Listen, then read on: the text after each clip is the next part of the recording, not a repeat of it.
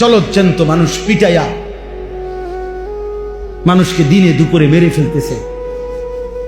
আফসোসের ব্যাপার, আইয়ামে জাহিলিয়াত নিকৃষ্ট কাফের বেঈমান যখন ছিল, জাহিলি সমাজ ছিল, তখনও আমরা কোনোদিন কোনো কিতাবে জাহিলি যুগের এমন কোনো ঘটনা শুনি নাই যে দিনের আলোতে পাথর মাইরা এইভাবে একজন মানুষকে দিনে দুপুরে এইভাবে মেরে ফেলে। এত বড় নিকৃষ্ট জানোয়ার পৃথিবীর ইতিহাসে আর কখনো হয় নাই। এত বড় জানোয়ার, এত বড় কুত্তা পৃথিবীতে আর কোনোদিন জন্ম নেয়। মানবতা কোথায় নেমে গেছে? হায় রে দল, হায় রে ক্ষমতা, হায় টাকা, হায় চাঁদা। ঢাকা এত দরকার হয়ে গেল।